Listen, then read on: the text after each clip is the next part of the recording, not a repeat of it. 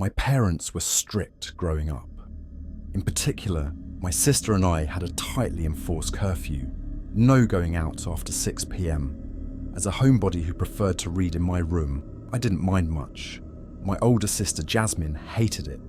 She misbehaved frequently, stayed out late and made friends our parents didn't approve of. Dad would lock her in the house when she came back from school, and she would throw ear-splitting tantrums that gave everyone headaches.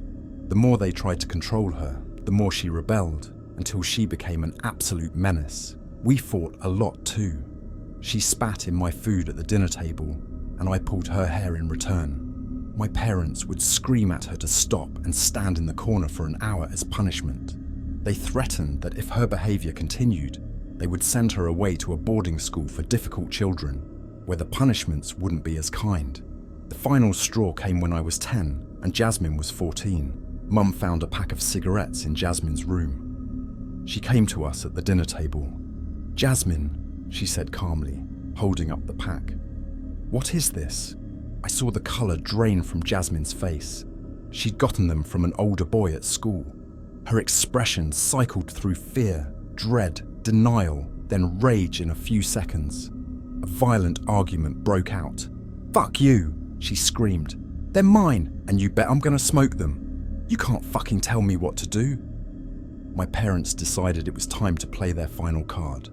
It was boarding school, or getting disowned and put up for adoption. They had enough, and as she was becoming older, taller, and more violent, they were starting to become concerned for the family's safety. She had little choice, and a month later, Dad took her on a flight to the boarding school. I don't remember many details about it from listening to their conversations. I just picked up the fact that it was in a hilly area in a faraway state, and they took discipline seriously there. No technology, makeup, or drugs were allowed. There was a strict daily schedule beginning at 5 a.m. and ending at 9 a.m. sharp, and those who broke the rules were served their just desserts. "See ya in 50 years, I taunted. "Enjoy being a nun." She stuck her tongue out at me and flipped me the middle finger. She disappeared, and the front door slammed shut. The home was much quieter thereafter. I liked it at first. No more fighting over stuff and screaming around the house. But over time, it got lonely, especially on the evenings and weekends. I now felt like an only child. Despite our differences, Jazz and I did have a few good laughs over dumb YouTube videos on the odd occasion. 3 months had passed since she had left, but the entire time, I never heard my parents call Jazz or the school for updates. I asked about Jazz a couple times after a few months. "Is she coming back?" I asked. "Of course, dear. She's there for a year, so she'll be back when the school year ends," she replied. The year droned on, and half a year passed in a blink. I started taking violin lessons, and my parents even extended the curfew to let me attend late-night school events.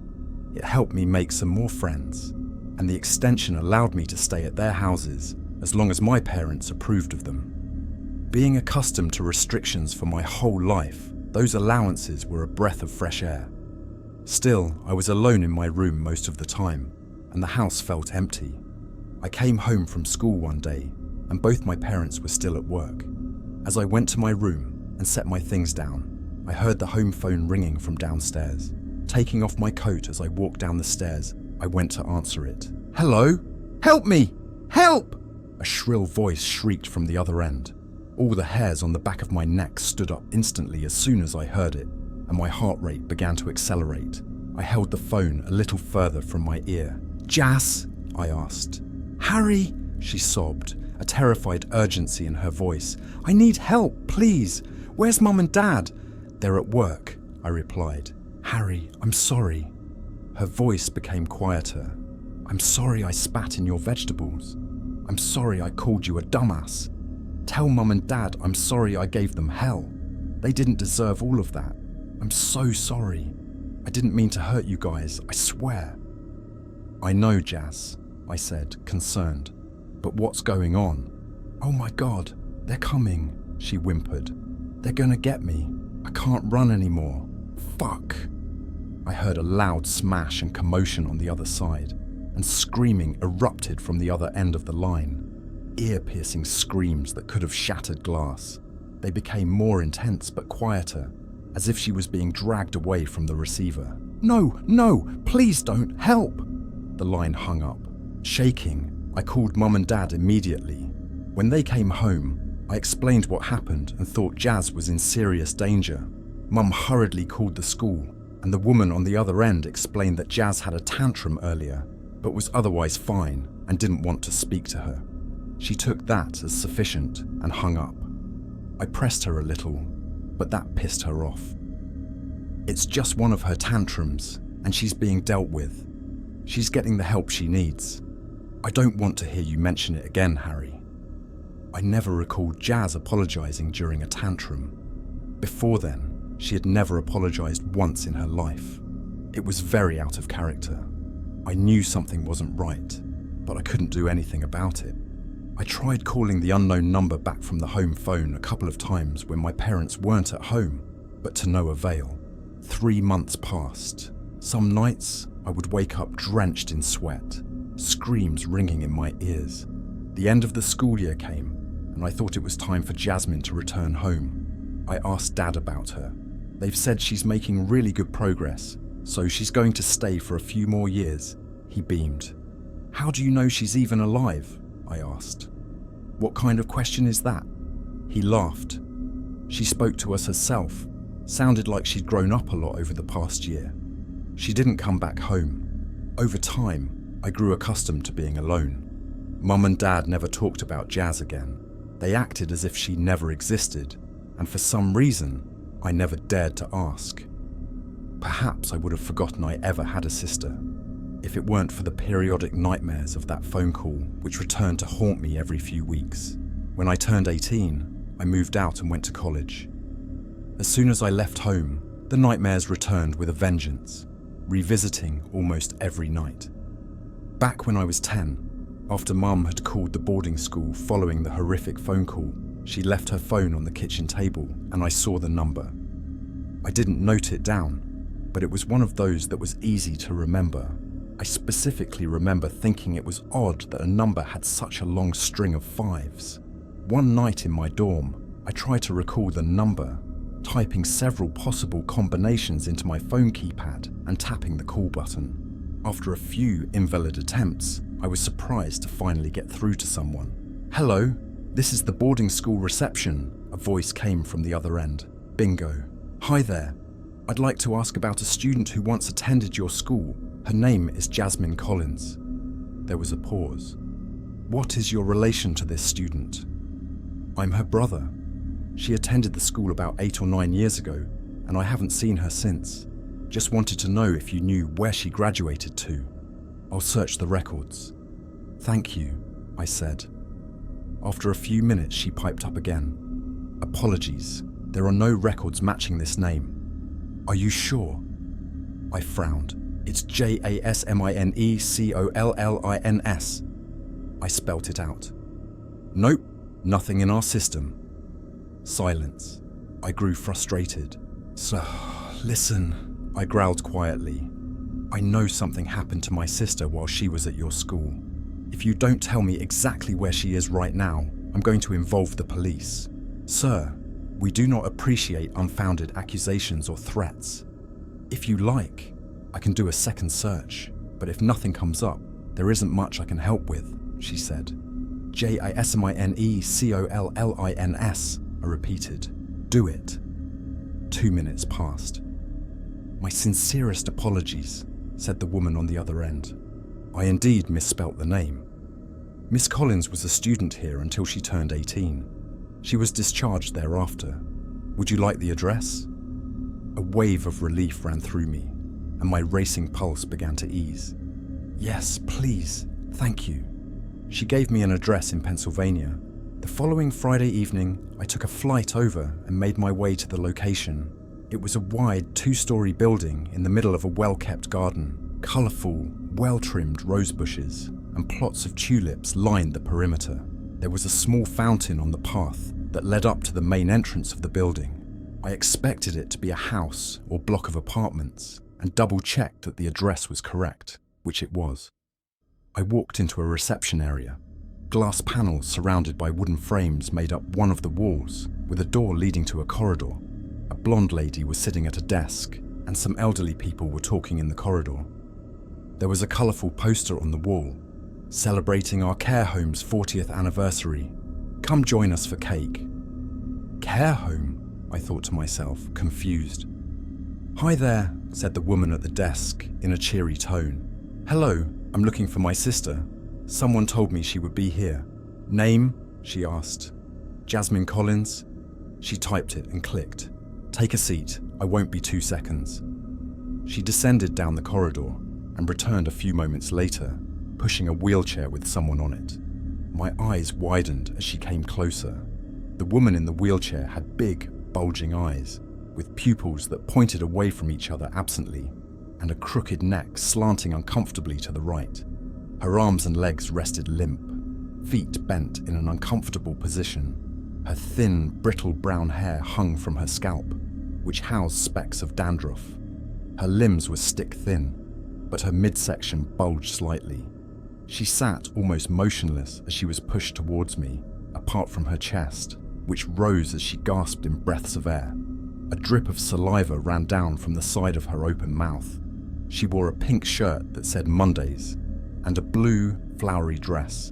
There was a cannula and dressing on her left arm, and a yellow feeding tube came out of her right nostril, taped to the side of her face. The blonde lady brought her in front of me, then flipped the brake on the wheelchair. She crouched down next to it and stroked the woman's sparse strands of hair. Say hello, Jasmine, she said softly. The woman in the wheelchair let out a long groan. I stared in disbelief, horrified. What happened to her? I choked. She was admitted to us a few years ago, before I started working here, explained the blonde lady. I heard she contracted bacterial meningitis at another residence and got brain damage as a result. No, I said, shaking my head, my voice trembling. This isn't right, I continued. Something very bad has happened to her. How did she get here? Can you check the records? Well, before I started working here, this place had paper records. Some of them got lost. Hers was one of them. But what the staff at the time could remember was transcribed onto the new electronic system. She reached over the desk and flipped the computer monitor around. Her notes here just say she was admitted at age 18, having suffered brain damage after contracting meningitis as a teenager, and presented as quadriplegic with greatly reduced cognition and speech. She had a medical exam on admission, which confirmed this. No suspicious circumstances were reported. Where was she brought here from? I asked in a panic, trying to read the text on the screen. And by who? The lady looked at the screen and scrolled down. Doesn't say, she said. Is that all you can find? Everything? She nodded. I stared for what seemed like hours and finally broke out of my trance. Thank you, I croaked, rattled. I took the handles of the wheelchair and unlocked the brake, wheeling it and the woman outside into the garden area, down the path leading to the front doors and past the fountain. I eventually stopped beside a faraway bench. I sat down, still lightheaded. It was a bright, sunny day. Children walked hand in hand with their elderly and disabled relatives along the green grass, admiring the roses. Some families were having picnics in the distance. A cool breeze swept by, the sound of water flowing like white noise in the background. I looked in the woman's eyes, trying to find my sister locked inside. Her gaze shifted to meet mine. I could see in her eyes that she desperately wanted to tell me something. What did they do to you? I whispered. She just stared at me, unblinking. A single tear ran down her left cheek. When I returned to my dorm, I was angry. I wanted answers and picked up the phone to dial Mum and Dad's house and ask them what they had done. Perhaps I should even call the police first, I thought, pacing up and down my room for hours, thinking about who to call and what I would say. Then I sat down on my bed as a realization came over me. Mum and Dad had been good to me.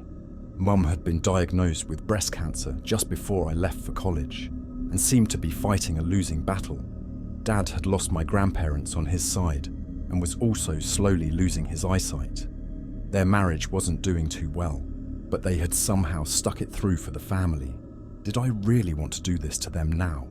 I thought back to when I'd asked Dad if Jazz was coming home. She spoke to us herself.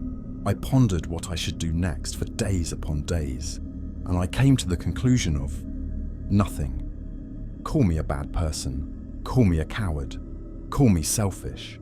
Believe me, I badly wanted answers to what the hell happened in that boarding school. I just didn't want to lose anyone else. I went to PA to visit Jazz every college break, pushing her in her wheelchair down the pathways in the park surrounding the care home. Eventually, I graduated, and my fiancé and got our own place. After we had settled in somewhat, we brought Jazz back from the care home to live with us. I knew we were taking on a big commitment, especially as we were planning to have a family in the near future, but somehow I felt like I owed it. My fiancée Marielle is an absolute star. She was an accountant who mostly worked from home and was happy to accommodate, which is more than most would do for a partner.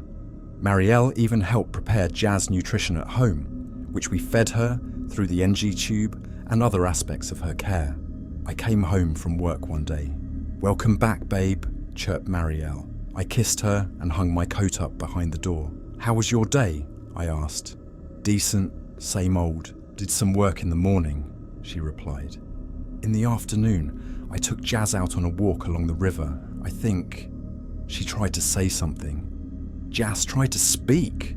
I asked, intrigued. "I think so." I listened closely, and she kept repeating something. It sounded like Marielle did an impression. "Harry? Was she trying to say my name?" She pondered for a second. "No, I think it sounded more like sorry."